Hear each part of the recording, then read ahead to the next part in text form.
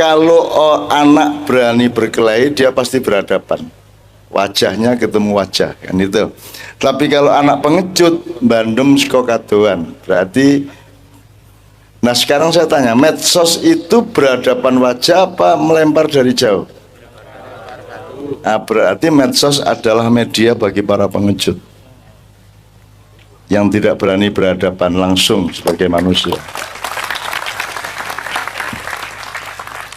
Saya dibully kayak apapun, dikritik dan dituntut kayak apapun di medsos, saya tidak pernah satu huruf menjawab.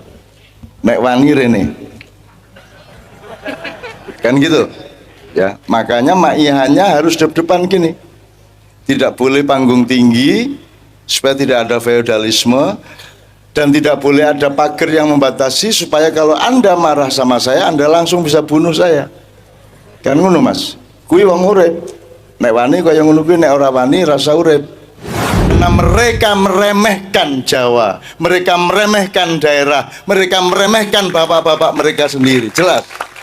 Kalau kita membangun Indonesia dengan meremehkan bapakmu sendiri, kakekmu sendiri, masa silammu sendiri, kamu tidak akan dapat apa-apa. Kamu akan jadi ekornya Cina, kamu jadi ekornya Amerika, kamu jadi buntutnya Korea, kamu jadi buntutnya orang asing, dan sekarang tambah kamu menjadi ekornya Arab Saudi.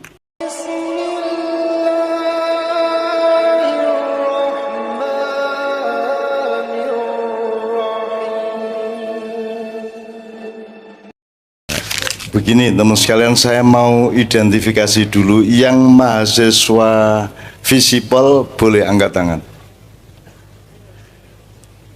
Lah, kok mengsidik banget sih? Ada ya? 10 ada enggak? 10 orang ada enggak? Atau gini, apa sih Visipol ya? Visipol, iya. Oke. Yang mahasiswa Visipol, sekali lagi saya mohon angkat tangan. Wah. Oke. Tolong ya, nanti Anda pokoknya saya akan membutuhkan Anda. Nomor 2, gini aja, mahasiswa UGM. Nah. Yang bukan mahasiswa UGM. Oh.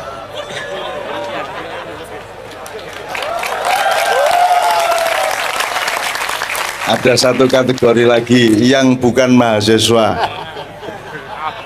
Nah, lumayan Pak. Itu bisa jadi sudah lulus. Ning jane yo ora ya, jan yo ora. Ora tahu kuliah kayak. Oke, nanti kita akan cari bersama-sama. Gini, sebelum kita mulai dengan Kiai Kanjeng, medsos itu bahasa Jawanya kalau yang saya tahu itu swara tanpa rupa. Jadi ada suaranya, ada videonya, ada tulisannya, ada bunyinya, tapi tidak ada rupanya. Karena boleh bikin akun yang tanpa identitas dan tanpa verifikasi formal tentang siapa yang punya akun itu. Nah, etikanya medsos, etika berarti nek suara tanpa rupa lah memedi Pak. Tentu, jadi etika memedi tidak bisa mengandalkan etika manusia. Jadi kalau beliau tadi mengatakan kita sudah punya etika lah, kira nek menungso Pak. Kalau Anda sekarang, Anda sama saya etika karena kita bermuwajah, kita berhadapan wajah. Tapi kalau di medsos kita tidak berhadapan wajah. Satu. Poin yang lain dari medsos adalah gini, kalau Anda waktu kecil ada yang suka berkelahi enggak? Di antara teman-teman Anda ada yang pemberani, yo gelut, banting-bantingan teman-teman, ono sing wanine bandem watu. Ada enggak? Yang beraninya dari jauh atau nanti berlindung sama bapaknya atau sama orang gede yang dekat sama dia, kan gitu. Jadi bedanya apa? Kalau anak berani berkelahi, dia pasti berhadapan. Wajahnya ketemu wajah, kan itu. Tapi kalau anak pengecut, bandem saka kadoan, berarti Nah sekarang saya tanya, medsos itu berhadapan wajah apa melempar dari jauh? Nah, berarti medsos adalah media bagi para pengejut yang tidak berani berhadapan langsung sebagai manusia. Saya dibully kayak apapun, dikritik dan dituntut kayak apapun di medsos, saya tidak pernah satu huruf menjawab. Nek wani rene. Kan gitu. Ya, makanya maihannya harus depan gini. Tidak boleh panggung tinggi supaya tidak ada feodalisme dan tidak boleh ada pagar yang membatasi supaya kalau Anda marah sama saya, Anda langsung bisa bunuh saya. Kan ngono, Mas.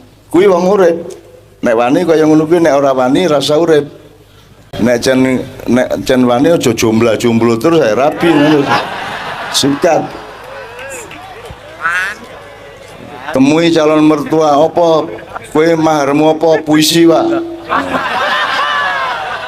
Kesetiaan. Wow. Ya ning ya ora ana bapak sing gelem nerima kaya ngono kuwi ora. Saya aja dulu mau ditembak sama calon mertua. Karena tidak jelas lho, Bu, iki anakku artis terkenal kelas 1. Ayune kaya ngono kerabi karo seniman ra cetha. Mampus aku wis. Sampai akhirnya ketika saya nikah bener, Sabrang itu di Kanada punya teman-teman yang ngerasani Novia. Novia itu goblok tenan yo. Gelem-geleme karo wong tuwa. Rambi penggawean cetha, rambi prestasi, dudu apa-apa. Dan Sabrang meneng wae, ora ngerti nek Sabrang anakku. Seneng aku seneng sekali kalau ada orang salah paham sama saya, makanya saya pakai baju ini untuk menambah salah paham Anda kepada saya. Semakin saya disalahpahami, semakin Anda tidak bisa menembak saya. Betul enggak? Kalau saya jelas bagi Anda tinggal dare. Tapi kalau dipikirnya saya adalah ini, Anda mesti melihat jebul saya yang sana bukan yang ini, kan gitu. Makanya saya berubah-ubah terus Pak gitu. Mulanya saya tidak mau jadi direktur supaya tidak gampang ditembak. Itu soal medsos ya. Nanti kita perpanjang semua karena 3 kelompok tadi saya maksudkan juga untuk menggali yang Anda tanyakan tadi bersama-sama, dan anytime Anda juga boleh, Mas. Jadi ini bukan seminar yang ada aturan resminya. Pokoknya anytime Anda mau ngomong apa-apa, Anda tinggal tell me and then you say anything you want, ya. Yes. Understand? And understand 10. Keton nek du mahasiswa to, Pak. Ya. Terus pelan-pelan gini. Jadi Pak Rektor, nyun sewu ini untuk membuka ini gini. Saya ingin ngasih tahu sampean bahwa saya ini tiap hari ketemu sama anak-anak muda ini. Anda umurnya katakanlah 18, 19, 20, 22, 23 pol.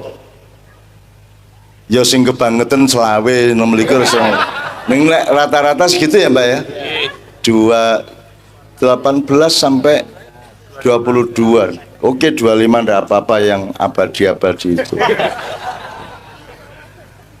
Nah, saya ini di mana-mana Pak, tidak hanya di kampus. Kemarin kita di Balikpapan acara untuk urusan OTT dan lain sebagainya di pelabuhan yang ribut itu, ternyata yang datang juga anak-anak muda mayoritas. Alhamdulillah. Jadi saya ini sedang merasa dan meyakini bahwa Tuhan ini memang sedang menciptakan kaum muda yang akan menyelamatkan Indonesia. Amin. Ya, satu. Artinya Anda jangan terlalu pusing dengan yang sekarang. Ben wae. Itu nanti akan surup-surup sendiri, akan layu-layu sendiri, akan hancur-hancur sendiri, akan jatuh-jatuh sendiri. Tenang aja. Anda bagian fajar hari, yang sekarang ini bagian senja hari. Anda tidak usah terlalu pusing sama senja hari, karena Anda adalah pemuda-pemudi fajar hari, fajar pagi yang akan menjadi pemimpin ketika hari itu sudah lahir. Masa depan Indonesia akan Anda pegang semua. Tuh. Nah, saya kan harus pakai apa? sanad kalau dalam bahasa pesantren. Saya kan harus punya alur atau punya referensi yang jelas alurnya, Pak. Ya, ya. Apa ibit loksit apa nih lho, Pak. Nek skripsi lho, Pak. Loh, saya rasa ngeremeh aku, ini tempat kuliah saya ini gedung induk dulu. Ya, aku ini banget. Saya di tingkat 3 sana kuliah saya.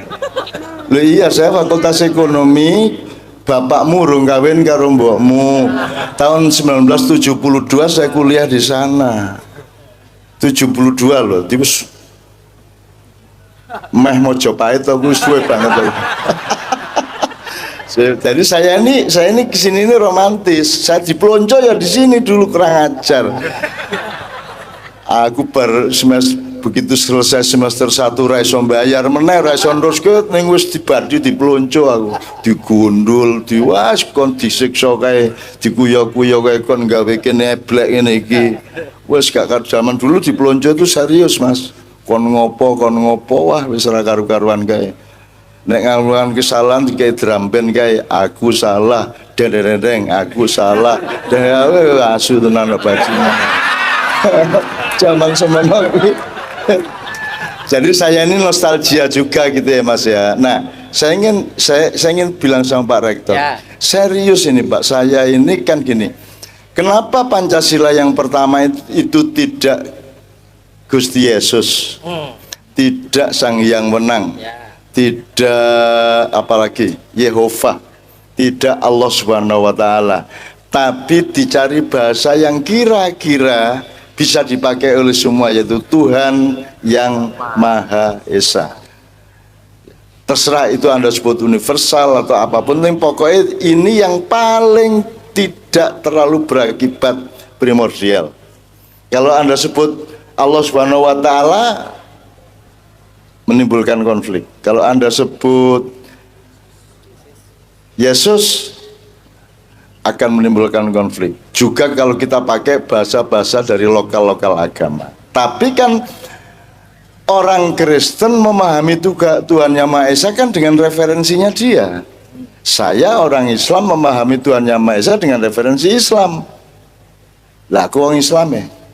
Kan begitu. Jadi yang penting Islam yang saya gali itu melalui simbol Tuhan Yang Maha Esa itu bisa bermanfaat untuk seluruh bangsa Indonesia, kan begitu. Nah saya misalnya ini kan jenengnya apa tadi? Artspiration. Artspiration ini saya kasih contoh aja untuk pintu-pintu aja. Kalau ngomong art, kalau yang dikenal di sastra atau diisi kan ilmu tentang kesenian, belum tentu kesenian. Pandangan tentang kesenian, jadi itu ilmunya, apa pandangan akademisnya. Nah, yang kita harus masukin misalnya, contohnya gini, kalau di SD itu anak yang sholatnya, nilai sholatnya bagus adalah yang tahu zuhur berapa rakaat, wudhu urutannya gimana, dia bisa jawab. Ning urung tau wudu deh. Ming apal nek wudu ngene. Sing nilai olahraganya bagus kalau ngerti ukuran lapangan voli berapa dia ngerti. Padahal pemain voli nasional belum tentu tahu ukurannya. Jadi kita ini bernilai baik sebenarnya tidak karena pengetahuan kita. Tapi kita bernilai baik adalah kalau kita mengalaminya dan kreatif di dalam pengalaman itu. Kan begitu. Demikian juga Tuhan Yang Maha Esa. Misalnya art. Kalau ngomong art jangan hanya pengetahuan. Kalau Anda tahu art berarti gini, yang paling gampang dari Islam Pak. Ya. Kalau dalam fikih Pak, sholat itu yang penting Allahu Akbar nganti tahiyat. Ya. Yes. Itu sah sudah. Meskipun hatinya ingetnya pacarnya terus. Sah enggak Pak? Ya, sah. Sah. Tapi itu sholat bukan itu.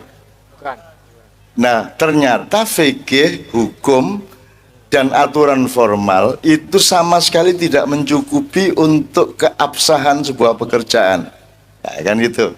Nah, khusyuk, sholat yang khusyuk berarti Anda punya totalitas hatimu ke Allah. Nah, saya tanya, kalau fikih itu ilmu, tapi kalau khusyuk itu apa?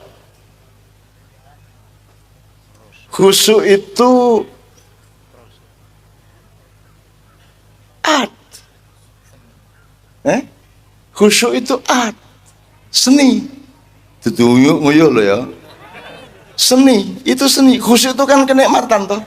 Khusyuk kowe karo ndelok cawe tok, ya Allah. Kok iso ya irunge kaya ngono ya. Ki bapake sunate nganggo apa? Itu ya. Itu kekhusyukan. Jadi art itu tertinggi. Jadi ada benar, baik, indah. Dan agama itu sebenarnya puncaknya adalah keindahan. Nah, khusyuk itu indah apa baik apa benar, Mas? Indah. Nah, jadi kalau ngomong art inspiration, kita harus belajar. Ternyata Anda mahasiswa Visipol punya concern dan sadar dan bahkan secara naluriah sudah memanjat naik menuju art. Dan ini Indonesia kan tidak ada artnya blas lagi, ya toh. Jadi orang-orang senine mengising toh. Art kan seni toh, seni lah kencing toh. Ki kencingnya kurang ngisingnya sing oke.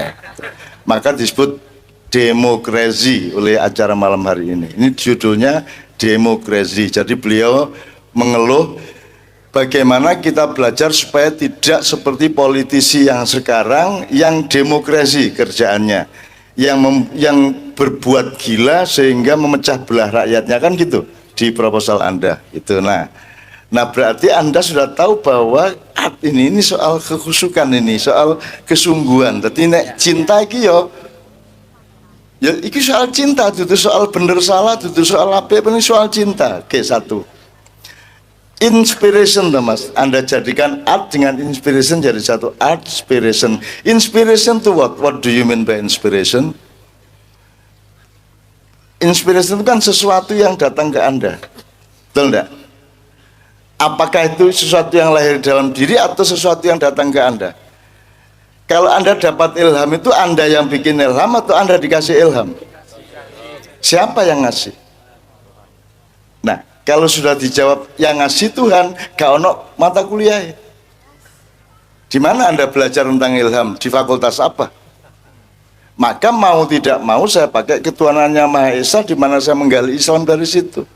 Di dalam Islam kita punya stratifikasi. Ilham itu paling bawah untuk semua orang, di atasnya ada fadilah, di atasnya ada karomah, di atasnya ada wahyu.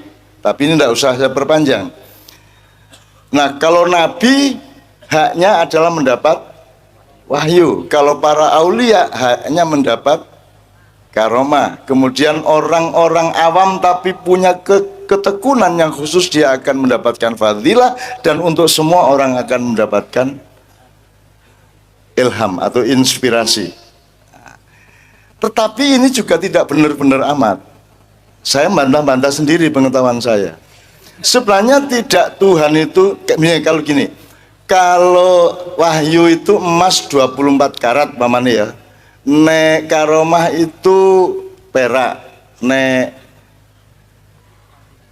fadilah itu perunggu. Nek kalau ilham itu apa wes? Timah ngono ya. Timah apa besi lah gitu ya. Besi tua gitu ya. Enggak gitu sebenarnya. Ketika saya mempelajari enggak gitu. Tuhan itu ngasihnya random aja dikasih. Tapi tergantung softwaremu. Bagaimana kamu mau online dong handphonemu Nokia pisang kok. Betul enggak? Jadi ternyata bukan Tuhan ngasih perbedaan inspirasi kepada manusia. Yang terjadi adalah Anda harus meningkatkan softwaremu, receivermu, daya tangkap, daya serap di dalam pikiran dan hatimu, supaya kamu mendapatkan lebih banyak meskipun tidak akan sampai ke tingkat wahyu. Kalau wahyu itu betul-betul default itu ya. Tapi kalau karomah ke bawah itu sebenarnya tergantung Anda. Jadi setiap orang bisa mendapatkannya, tergantung Anda kreatif apa enggak. Anda mengasah diri Anda apa enggak. Itu soal art inspiration. Apa iki? Art inspiration. gabungan yang sangat bagus dan saya sangat senang. Berarti Anda membuka pintu kasyaf, Anda membuka pintu-pintu yang sebenarnya secara akademis orang tidak ke sana sama sekali. Ya Pak Rektor ya, oke. Untuk itu gini, sekarang kita buka dengan Kiai Kanjeng, tapi dengan keyakinan gini Pak Rektor, ini di Nyun Sewu, karena saya kan belajarnya ya mau nggak mau ya dari Al-Quran Pak. Ya salah aku lah lulus. Saya nggak lulus di sini.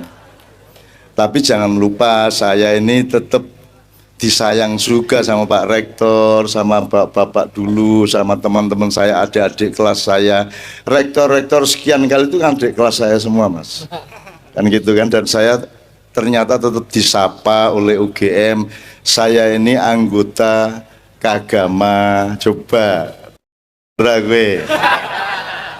Jadi aku neng bandara ada ID-nya Pak, tak duduke Kagama. Oh, set. Nah, gitu. Kagama saya di samping SAR gitu.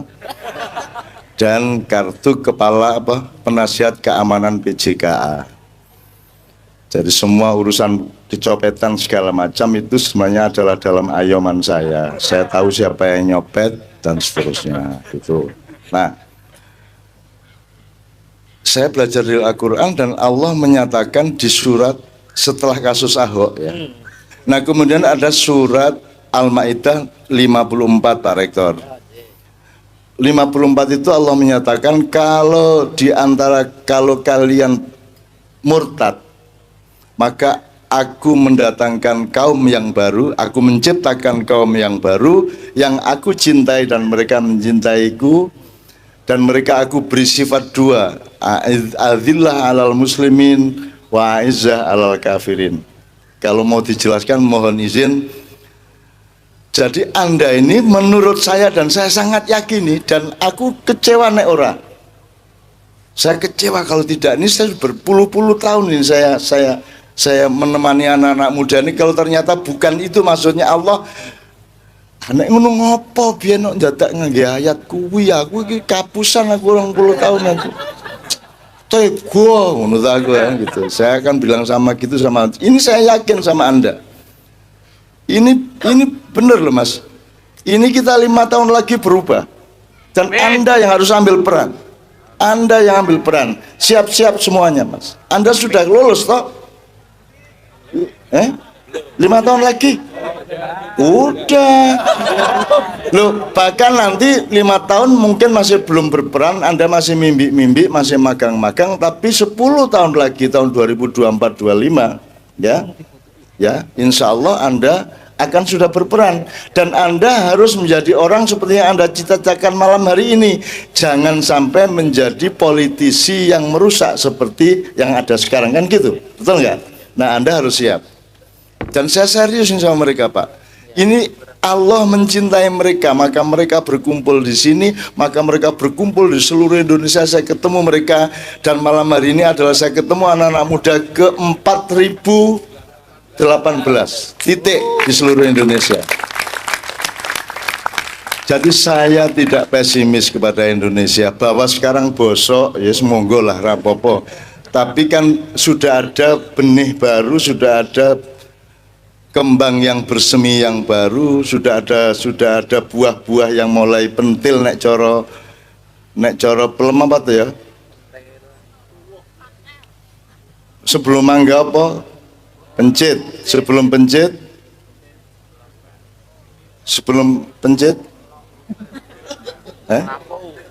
Pendil.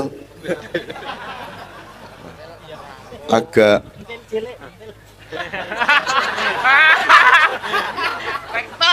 ya ini kita nih gagal transformasi juga di bidang bahasa. Kalau kita tulis lugu pentil, ini kan bacanya bisa macam-macam. Ada pentil, sepeda. Nah, sing bahaya kan iki sijine iki.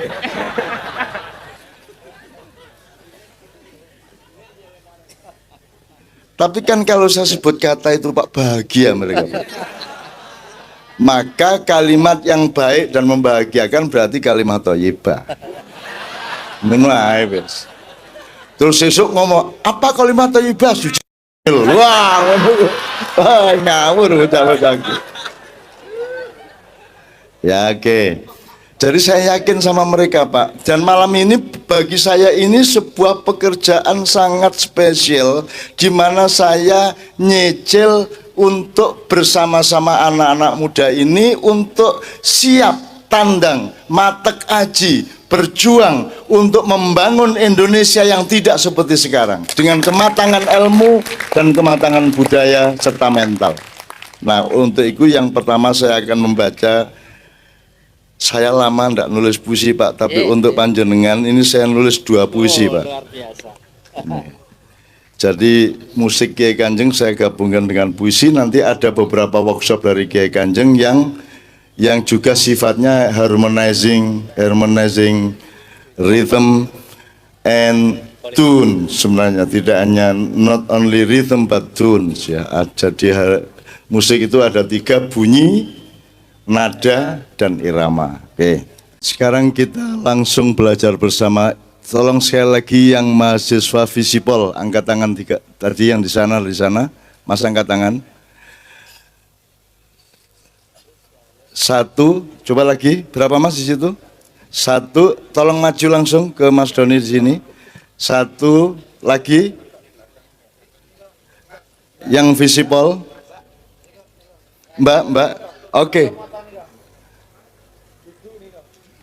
Silakan Mbak langsung maju ke depan. Bismillah. Ayo Mbak. 3 orang dari Visipol.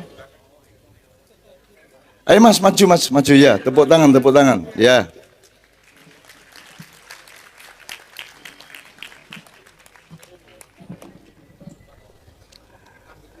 Enggak apa-apa, 2 orang lagi enggak apa-apa. Berarti 4 orang ya. Semakin banyak yang Visipol semakin bagus. Silakan langsung Mas. Tolong dikasih jalan untuk mereka lewat ya. Oke. Kemudian sambil menunggu beliau lewat sampai ke sini nanti ya. Saya minta yang mahasiswa enggak harus Visipol tapi UGM. 3 orang minimum. Ya, silakan maju. Dikhususkan yang perempuan supaya tidak terlalu kering acara kita malam hari ini.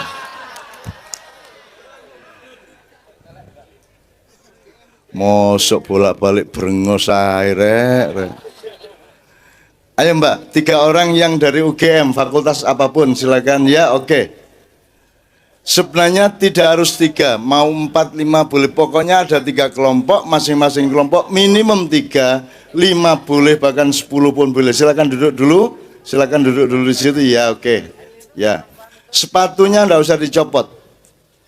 Naik aja karena masjidnya enggak di sini tapi di sana, Pak ya. Ya enggak masalah. Ya, oke. Sekarang tidak apa-apa 3 orang dari luar UGM, boleh mahasiswa, boleh umum. Silakan 3 orang. Ya, silakan. Oke, pas sudah 3 orang ini ya. Atau mbaknya, ya mbaknya 2 orang, ayo maju. Ya, mbaknya sing lanang menengah kono. Oke.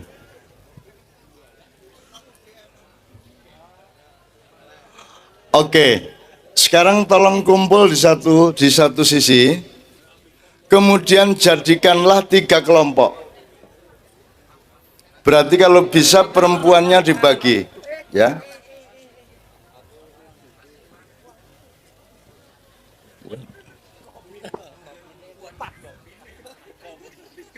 Waduh, kelelakian saya berkurang. Ya Pak. Ganti. Enggak apa-apa, Pak. Ini mereka punya definisi, Pak. Kon niku lanang kok gak ngopi, gak ngerokok, gak brengosen, gak gondrong. Nek ana arek wedok gak suwit-suwit. Lanang ngopo iku? Ya ndak itu guyon ya. Nah, ini aku wis entuk kopi disampar ya karo Caca ya wis ora apa-apa, udah. Oke, bismillah. Jadi tolong bikin 3 grup. Tolong di antara Anda berunding. Jangan perempuan tok, laki-laki tok, nanti jadi gender festival, gitu. Coba berbagi. Coba di sini berapa orang dijadikan 2 grup, di sini 1 grup. Berapa orang, Mbak? 7, di sini berapa semua, Don? Yang 4 ditambahin. Mbak ke sana Mbak, Mbak satu ke sana Mbak ya. Oke. Nanti akan ada saat presentasi mereka ya. Oke. Pertama, tolong tentukan di antara Anda siapa jubir atau pimpinan atau ketuanya ya. Kalau Anda misalnya memberi nama kelompoknya juga lebih bagus, akan lebih mudah diingat dan akan menjadi lebih romantis. Oke. Anda akan saya kasih kesempatan untuk cari tempat di belakang sana, minimum setengah jam, ya, maksimum setengah jam, untuk menjawab satu pertanyaan dok, tidak banyak. Saya minta Mas Doni memberikan pertanyaan kepada kelompok 1, kelompok 2, kelompok 3. Sangat sederhana pertanyaannya, tapi tergantung kepada simulasi dan proyeksi yang bisa Anda lakukan dari pintu yang hanya satu pertanyaan itu. Ada Don? Ya. Itu satu untuk satu grup satu. Satu kelompok. Oke. Udah dikasih? Oke, berarti sekarang Mbak-mbak setengah jam sampean cari tempat di sana di belakang di ruang apa terserah ya. Ya, sampean rembuk, diskusi, disediain minuman oleh panitia ya. Tapi Pak GoFood ya. GoFood atau DDW kono ya. Oke, tepuk tangan teman-teman akan di belakang, silakan. Cari tempat, setengah jam kemudian siap ya. Monggo, lewat mana terserah, monggo Mbak Mas Doni.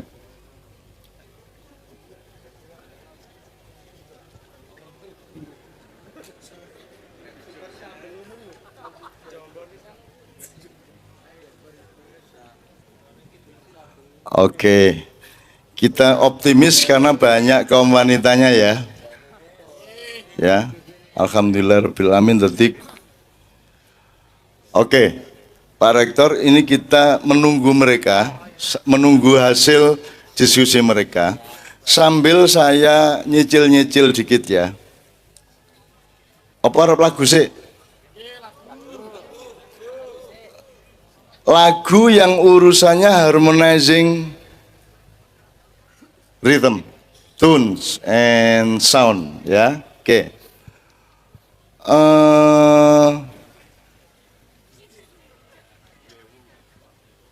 Oke, satu nomor dari Kiai Kanjeng yang kira-kira agak oke gitu ya, secara kesenian, secara estetik ya.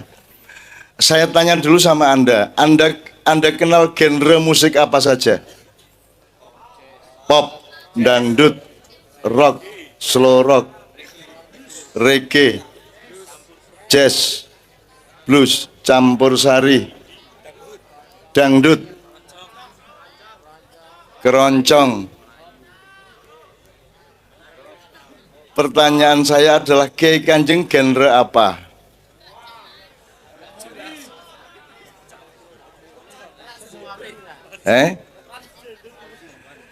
Jadi kalau politik ada genre PDIP, ada genre PKS, ada genre Gerindra, ada Perindo, ada Golkar, Nasdem dan lain sebagainya. Ya. Kiai Kanjeng adalah NKRI-nya. Jelas? Jelas ya? Kiai Kanjeng adalah Bhinneka Tunggal Ika-nya. Nah, untuk sampean tadi kan ngomong perbedaan itu ada yang memang harus ditegaskan dan disadari, tapi saling menerima satu sama lain. Ada perbedaan yang tidak boleh dipersoalkan. Misalnya bedanya bojomu kalau bojone tanggamu rasa kok urus gitu kan ya. Jelas ya? Jadi Anda harus bisa menemukan perbedaan, dan perbedaan itu ada bedanya, tidak semua perbedaan itu sama gitu ya. Ada perbedaan yang harus ditegaskan bahwa itu berbeda. Misalnya agama, bukan agama semua itu sama. Kalau semua agama sama, ya tidak perlu pluralisme kalau gitu jadi satu agama aja. Ketuanya Gus Dur kan gitu. Kan gitu. Agama beda dan harus ditegaskan perbedaannya dengan perjanjian saling toleran satu sama lain. Untuk toleran itu sebenarnya urusannya kan hak dan kewajiban, Mas. Saya kasih contoh ya. Hak dan kewajiban. Jadi urusannya gini. Kalau Anda tidak berhak, Anda tidak boleh ikut campur. Misalnya Anda bersyahadat. Oke, orang Islam. Islam syahadat. Aku bersaksi tidak ada Tuhan selain Allah dan Muhammad Allah. Saya tanya, syahadatmu itu dengan siapa? Kepada siapa? Kepada siapa? Allah dan Muhammad. Dengan saya enggak toh? Jadi boleh enggak saya ikut campur? Nah, kamu nanti nikah syahadat sama istrimu, kita bersepakat untuk menjadi suami istri, aku akui engkau sebagai istriku, engkau mengaku sebagai, boleh enggak ada orang lain turut campur? Not even your father, not even your parent, betul enggak? Enggak boleh ikut campur. Nah sekarang orang mau beragama saja, boleh enggak orang lain turut campur? Enggak boleh. Sholat, kamu sholat untuk siapa? Untuk saya enggak?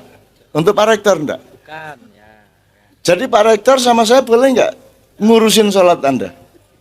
Nggak boleh. Bahwa Anda membuka diri terus tanya Pak Rektor nggak apa-apa. Tapi nggak boleh saya sama Pak Rektor nyelonong marah kepada Anda. Anda tahlilan, Anda apapun, melakukan apapun. Kalau itu tidak terkait sama hak saya tidak boleh ikut campur. Yang membuat pluralisme ini kacau, yang membuat perbedaan ini menjadi sumber konflik adalah usil. Turut campur yang bukan haknya, betul enggak? Loh, itu bukan hakmu. Bukan hakmu sama sekali. Misalnya, namamu siapa? Mohon izin. Dani. Yang ngasih nama siapa? Bapak Ibu, boleh enggak Pak RT ngasih nama kamu? Lah iya Pak RT rasa melu-melu toh, biarin toh bapaknya ngasih nama apa. Sekarang ini coba Anda hitung, apa saja yang orang pada usil. Kenapa Anda kan Dani anaknya Pak itu, kenapa Anda harus menjadi seperti yang saya inginkan? Kalau Anda tidak seperti yang saya inginkan, saya marah, kan begitu kan? Nah, ini lebih diperparah lagi kalau dalam politik, asal seseorang itu menang dianggap benar. Kalau kalah berarti salah, kan gitu. Ini lebih parah lagi nih, lebih kepleset lagi. Nah, jadi teman-teman sekalian, kita belajar pelan-pelan. Tolong sampean ingatkan, mikrofonnya tetap dikasih standby kiri kanan satu-satu ya. Jadi anytime sampean boleh usul, sampean boleh ngingetin, sampean boleh nambahin dan seterusnya. Oke. Sampai di sini kita istirahat dulu supaya kita belajar kepada harmonizing rhythm, tune, and sound from Kiai Kanjeng yang genrenya adalah Bhinneka Tunggal Ika. Jelas ya? Jadi duduk genre toh. Makanya saya pakai baju ini kan supaya semakin tidak paham Anda. Arab ngarani keroncong raiso, ngarani qasidah raiso, kan begitu. Dan harus ada orang yang berani menjadi Bhinneka Tunggal Ika. Gitu loh. Makanya saya tidak mau hidup di garis. Ini Jokowi, ini Prabowo. Terus harus kalau sudah Jokowi, Prabowo jelek. Kalau sudah Prabowo, Jokowi jelek. Tidak mau saya hidup di situ. Kalau di Maya kita hidup itu ada bidangnya, ada ruangnya, ada bangunannya, bahkan ada ruang yang lebih luas. Kita yang bagian jaga ruang, kita menampung semuanya dengan cinta keindonesiaan kita. Orang-orang Jakarta yang pemusik ngerti ini enggak? Wah itu ya. Aku mau takon, aku ngerti apa ora? Enggak. Ah gitu loh, jawab iki. Ojo ngerti ndak? Oke. Karena mereka meremehkan Jawa, mereka meremehkan daerah, mereka meremehkan bapak-bapak mereka sendiri. Jelas. Kalau kita membangun Indonesia dengan meremehkan bapakmu sendiri, kakekmu sendiri, masa silammu sendiri, kamu tidak akan dapat apa-apa. Kamu akan jadi ekornya Cina, kamu jadi ekornya Amerika, kamu jadi buntutnya Korea, kamu jadi buntutnya orang asing. Dan sekarang tambah, kamu menjadi ekornya Arab Saudi. Saudara-saudara sebangsa dan setanah air, aku nyatakan mulai hari ini, wahai dunia, bardoken dewe-dewe. Rumah ini serius saya, aku ini keguyon no. Urung wayahe serius ngono wis wayahe. Oke. Kalau bukan jazz ya jazzy, ngejazz sedikit gitu ya, karena kita nggak berniat jadi pemusik jazz. Bahkan kita tidak berniat jadi pemusik. Kiai Kanjeng itu enggak jadi pemusik, enggak apa-apa. Yang penting bisa melayani, bisa mengakomodasi, bisa mengharmonisasikan masyarakat di mana aja yang ditemui. Jadi bukan soal menjadi apa, menjadi siapa, tetapi apa yang kita lakukan. Mengindonesia apa tidak, Bhinneka Tunggal Ika apa tidak, kan itu yang kita lakukan Pak. Bukan siapa kamu, tapi apa yang kamu lakukan, betul nggak? Jadi ini tadi tiba-tiba Mbah Geol jadi penyanyi jazz. Mbah Geol itu karo mendelik-mendelik pancen wis wayahe mendelik-mendelik ya. Arep orang mendelik piye ya.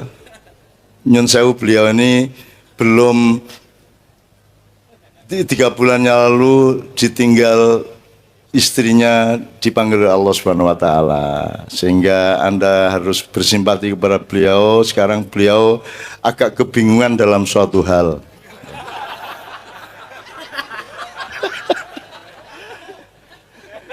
Makanya dikeluarkan lewat tenggorok. Angger ono cawe tok liwat. Oke, uang nek wis seneng keroncong ngenyek dangdut, tahu ndak? Kalau orang sudah musik pop meremehkan keroncong, kan begitu sekarang ini kita hidup ini. Kalau sudah UGM meremehkan UNY, ngono toh? Ora ya, ora. Oke, sip. Tepuk tangan untuk beliau. Tidak, kita tidak, UGM tidak meremehkan siapa-siapa. Oke. Maksud saya tren mainstream mental kita kan begitu. Kalau sudah milih keroncong terus minder karena merasa kalah tinggi daripada pop, apalagi jazz dan blues gitu kan. Kiai Kanjeng ini mencintai semuanya, semuanya kita terima dan semua kita apresiasi, semua kita nikmati. Namanya Bhinneka Tunggal Ika. Contoh ya Mas ya, dengan contoh sederhana. Kalau Anda sudah Sunni ya sudah Sunni aja, nggak usah ngurusi yang lainnya, nggak usah kayak dudu Islam. Aku tok sang Islam, ngono kuwi lho. Karena kita tuh suka nyacat orang, maido orang. Nyacat itu apa ya? Nyacat itu mencela. Nah, teman sekalian, sekarang kalau gini, misalnya ini tadi gendernya 1 langgam, 2 blues, 3 jazz, 4 pop, terus 5 keroncong. Terus ono sing takon, yang bener yang mana ini? Apakah atau sing takon gue? Ya bener kabeh no. Saya kira kita harus punya kelengkapan ilmu untuk memperlakukan bagaimana how to treat differences, kan gitu kan. Ini perbedaan ini kita kelola secara bagaimana. Ada yang memang harus kita pertegas perbedaannya, ada yang perbedaannya tidak usah kita pedulikan karena yang penting kesamaannya. Nah, kalau dalam teori maknya Pak Rektor, kalau Anda ingin membeda-bedakan, pakailah ilmu. Tapi kalau Anda ingin menemukan kesamaan dan persatuannya, pakailah kebijaksanaan. Makanya sila keempat adalah kebijaksanaan, kan begitu. Nah sekarang orang kan mengunggul-unggulkan ilmu, seolah ilmu itu hebat. Ilmu itu tidak hebat. Ilmu itu cuma apalah, cuma bahan awal di dapur gitu loh. Apakah makanan yang di warung itu benar apa enak? Nah kebenaran nih lah bener loh. Jadi bukan soal bener. Benar itu bahan awal saja, tapi outputnya adalah kebaikan, keenakan, keindahan, kebijaksanaan, kan begitu. Nah ini kita mungkin memang salah strategi sosial, salah strategi budaya, kira-kira ya. Terakhir, sebelum saya juga minta respon dari Pak Rektor dan semuanya. Kalau di teman-teman ini ada teori, coba siapa yang bisa menjelaskan? Kita punya teori cangkul, strip, pisau, pedang, dan keris. Siapa yang bisa menjelasin? Yang sudah sering mendengarkan. Kalau ngurusin negara itu, treatment termasuk untuk soal pluralisme segala macam. Yang bisa menjelaskan, bisa nolongin saya. Orang ono sing iso. Apa urung tau krungu? Oh ngono. Oke, jadi sing camayan ngarep tok. Berlagak mayan jadi ngenteni panganan belurano panganane ya, Pak. Ini nunggu ini pura-pura ikut pengajian, tujuannya makan malam. Biasanya kan ada, Pak. Malam ini kapusan gile. Gini, Pak, kalau rakyat itu kan bekerja. Bekerja itu lambangnya apa? Kalau di desa cangkul, arit, pisau, ya, palu, apa, sak piturute. Jadi rakyat pekerjaannya adalah bekerja. Nanti urusan rakyat, tanah air, negara nanti dulu. Tapi pokoknya rakyat itu cangkul. Tapi orang mencangkul, orang mencari makan, mencari nafkah harus aman. Maka dibutuhkan negara dan pemerintah yang mengamankan mereka. Maka pemerintah dan pejabat itu pegang apa? Pedang. Jadi kalau gubernur pegang pedang, presiden pegang pedang untuk mengamankan orang mencangkul. Simple toh? Oke. Yang kita tidak punya itu yang di atasnya, yaitu keris. Keris itu apa? Pusaka wis. Nek keris klenik, makruh, syirik, pusaka wis. Nek pusaka lak dhewe toh? Oke. Pusaka itu apa, Pak? Harga diri kita, kewibawaan kita, martabat kita, kesepuan kita. Ini yang di Indonesia sudah tidak diurus sama sekali. Dulu diwakili oleh MPR, Dewan Pertimbangan Agung, sesepuh-sesepuh keindonesiaan dan seterusnya. Dulu kalau di dalam struktur pemerintahan diwakili ada negara, ada pemerintah. Itu beda. Ya, nanti itu salah satu pertanyaan kepada tiga kelompok tadi. Jadi tak kembalikan ke cangkul, pedang, keris. Keris ini orang-orang tua yang sudah tidak ingin berkuasa, orang-orang tua yang tutwuri handayani, orang-orang tua kayak Mak Iyah ini. Kita sudah ndak berebut, kita nolongin semuanya. Kita NKRI gitu ya. Oke. Sekarang saya tanya, kalau yang pegang cangkul kan mencari makan. Kalau yang pegang pedang, gimana caranya makan? Gimana supaya mereka makan? Dibayar oleh yang pegang pacul, cangkul. Jadi pemerintah adalah pembantu rumah tangganya rakyat yang dibayar oleh rakyat. Disuruh pegang pedang untuk jagain supaya rakyat aman dalam bekerja. Jelas ya teman-teman sekalian ya? Jadi salah satu kesalahan kita sekarang itu adalah yang pegang pedang, pedangnya dipakai untuk hayo kan gitu. Akhirnya yang pegang yang pegang cangkul itu setor kepada yang pegang pedang. Nah, Anda ini nanti kan akan pegang pedang. Kelak Anda akan pegang keris. Saya ini kan cuma punya keris. Itu pun kerisku dewe. Dan tidak ada gunanya kecuali untuk kalau jengking ya. Jelas ya Mas ya. Pak, ini simple nggak Pak? Simple Pak, simple ya Pak ya. Nah, sampai di sini Mas, sebelum kita ini kalau ada respon silakan. Sampai di tahap ini. Termasuk soal perbedaan tadi kita sudah coba jelaskan, ada perbedaan yang memang harus kita tegaskan, tetapi dengan catatan itu banyak sebenarnya ilmunya. Ada Mas? Respon kalau tidak ada, sebelum teman-teman tadi datang saya minta langsung Doni sama Jijit. Untuk mempelajari, pertama untuk mempelajari, kalau kita dari Sunan Kalijogo Pak Rektor, Sunan Kalijogo itu murui Mbah di sebuah desa di Lamongan Timur, di puncak gunung, di puncak bukit. Jadi orang bikin ambengan, tahu Mas ambengan? Ambengan itu sego dijelembreng, ditampah, terus dikasih lauk-lauk di pinggirnya. Sunan Kalijogo nambahi yo, tak tambahi rapopo yo, tak usuli yo, dijangkepi jajan pasar, akhirnya dicari jajan pasar, terus dikasih 3 kembang Pak, kembang mawar, kembang kenongo, kembang kandil. Nah ini tolong para pluralis dan pembelajar modern itu jangan terlalu meremehkan orang-orang dulu toh.